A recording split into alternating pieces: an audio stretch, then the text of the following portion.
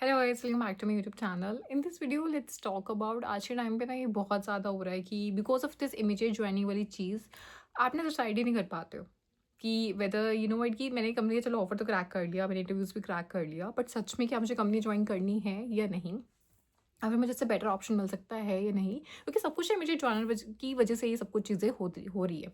कि for example मैंने, क्योंकि जब अप्लाई करते हो ना यार, बहुत बार आप फिल्टर से लगाते हो क्योंकि आप इस स्टेट में नहीं होते हो कि यार मैं मतलब जब कुछ ऑफर ही नहीं है हाथ में तो ऑब्वियसली आप अवेलेबल होते हो हर चीज़ के लिए, आप पैन इंडिया के लिए अवेलेबल होते हो, हर एक चीज़ के लिए आप अवेलेबल होते हो। एंड मेरा बस एक कंसर्न रहता है कि यार ठीक है, आप उस टाइम अपना अगर आप अपना उस टाइम अपना रिजेक्ट कर लोगे, नहीं मुझे इस कंपनी के लिए अप्लाई करना है, इस पोजीशन के लिए अप्लाई करना है, तो चांसेस ये होते हैं कहीं ना कहीं कि शायद चीज़ें वर्कआउट ना करें। तो जब इंसान जनरली जब अप्लाई करता होता है, वो अपने आप को हर चीज़ के लिए अवेलेबल कर देता है, हर टाइप की कंपनी के लिए अवेलेबल कर देता है कि एटलीस्ट और कुछ तो इंटरव्यू एक्सपीरियंस ही मिल जाएगा। बाद में देखा जाएगा मुझे ज्वाइन करना है नहीं करना है, या फिर कैसे करना है, फिर मुझे ऑफर लेटर को कहीं और यूज़ करना है, कैसे करना है। अब प्रॉब्लम ये आता है बहुतों के साथ कि यार एक तो ना महीनों महीनों अप्लाई करके थक चुके होते हो, हफ्तों हफ्तों एग्जॉस्शन से वो थक चुके होते हो, नहीं देना और इंटरव्यू। तो वो जो होता है ना कि यार जो मिल रहा है बस ठीक है, जैसे ही मिल रहा है ठीक है, देख लेंगे कर लेंगे, ठीक है। तो प्रॉब्लम ये आती है यार कि जब आपने, वैसे तो कोई ऑफर निकल नहीं रहा था, but by chance let's say कि दैट 2 ऑफर निकल गए आगे पीछे के, और दोनों इमीडिएट ज्वाइनर वाले हैं, और आप नहीं समझ पा रहे हो कि आपको किस में जाना है, दोनों का पैकेज भी आसपास इंक्रीमेंटेड है, जो और भी आप चीज़ें देखते हो तो कि और क्या क्या फैसिलिटीज़ है घर के आसपास है, जो भी चीज़ें हैं वो ऑलमोस्ट कंपेरेबल ही लगा लो, या थोड़ा बहुत फ़र्क होता है। एंड उस केस में पता है क्या करना चाहिए, क्योंकि आज के टाइम में ना वर्क कल्चर बहुत टॉक्सिक हो गया, एंड इंसान ना इसी का सताया हुआ है और इसी से परेशान है, क्योंकि ऑलरेडी पीछे से बहुत हसल कर आया हुआ होता है, और ऑफिस के बाद भी वो सुकून ना मिले ना, तो वहाँ आप हिम्मत कहीं ना कहीं हार जाते हो। तो ऐसे केसेस में क्या करना चाहिए यार कि अपने ऑफर, मैंने अपने फ्रेंड्स को देखा ही करते हुए, मैंने खुद भी चीज़ भी रिसेंटली सीखी है, and this is where your negotiation skills come in to use with the HR, you know, कि आप अपने ऑफर को रिजेक्ट नहीं करते हो। मेरे फ्रेंड के साथ भी ऐसे ही था कि ना बहुत प्रेशर था कि नहीं ये मुझे ज्वाइन करना है, ये करना है, वो करना है, वो करना है। उसने बहुत दिमाग लगा के कंपनी A को चूज़ किया, बट उसने कंपनी B को मना नहीं किया। उसे सीधा बोला मैं ज्वाइन 1 महीने बाद कर पाऊँगा। मैंने उसे मेडिकल इश्यूज़ बता दिए। मम्मी को ये हो गया, मेरी मम्मी को वो हो गया, मुझे घर जाना पड़ेगा, ये करना पड़ेगा। I am accepting your offer, लेकिन मेरी जॉइनिंग डेट 1 महीने बाद की कराओ। ठीक है?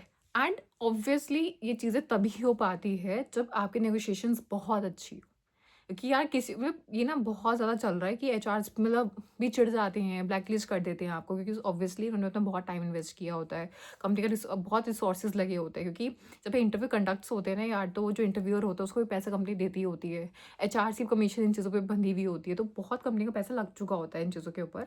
एंड एचआर्स भी यही चाहते हैं कि यार इतनी मुश्किल से उनको भी जल्दी जल्दी पोजीशन को क्लोज कराना है, उन पर भी प्रेशर है। अब इतनी पास आकर कोई पीछे पोस्टपोन कर रहा है चीज़ों को, क्या तो वो चिढ़ जाते हैं बहुत ज़्यादा। बट अगर आप एक जेन्युइन रीज़न दे पाओ, आप कुछ जनरली वो मेडिकल ही होता है, जनरली वो मेडिकल ही होता है, तो उससे चीज़ें वर्कआउट कर जाती है। और मुझे ये चीज़ ना उसकी बहुत सही लगी उस फ्रेंड की, कि मतलब उसमें बहुत लोग बोल सकते हैं यार आप तो एचआर से गलत कर रहे हो, अभी करे वो करो, बट डूड देखो वो लोग भी गलत करते होते हैं। बहुत बार ऐसा होता है कि आप एक कंपनी में हो, वहाँ चीज़ें वर्कआउट नहीं कर रही होती, तो उसमें ना उस टाइम कोई एचआर बचाना नहीं आता। ऐसी बहुत कम कंपनीज आज के टाइम पे रह गई हैं जिसमें अगर आपको आपका मैनेजर हरास कर रहा है, या फिर आपको कोई टीममेट हरास कर रहा है, या फिर आपको कोई पॉलिटिक्स हो रही है, और जिसमें आप एचआर को जाके बोलो ना भाई बचा ले, कि भाई कहीं और डाल दे, कुछ और कर दे, तो कुछ एक्शन लिया जाता है, क्योंकि एचआर का काम ही यही होता है यार।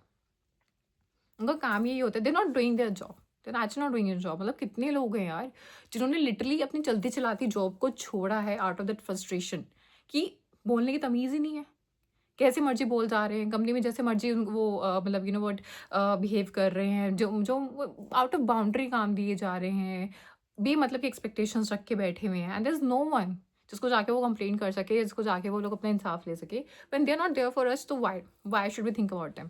मेरा बस ये रहता है, क्योंकि ये टाइम बस सेल्फिश होने का होता है, ठीक है।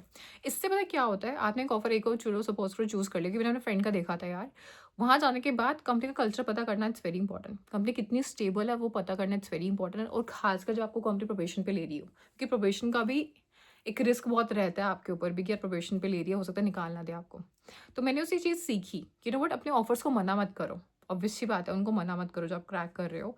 अगर कोई एचआर नहीं मान रहा कि यार नहीं मैं तो नहीं रुक सकता इतने महीने, तो फिर तो वो अलग ही बात है, बट अगर जो रुक पा रहे हैं, इससे पता है क्या होता है यार, कि एटलीस्ट आपको 1 महीने का टाइम मिल जाता है किसी भी नई कंपनी में जाने के बाद, एंड चीज़ों को फिगर आउट करने का कि मेरा यहाँ जम पाएगा, नहीं जम पाएगा, क्योंकि जिनको अपने रंग दिखाने होते हैं वो 1 महीने में दिखा देते हैं।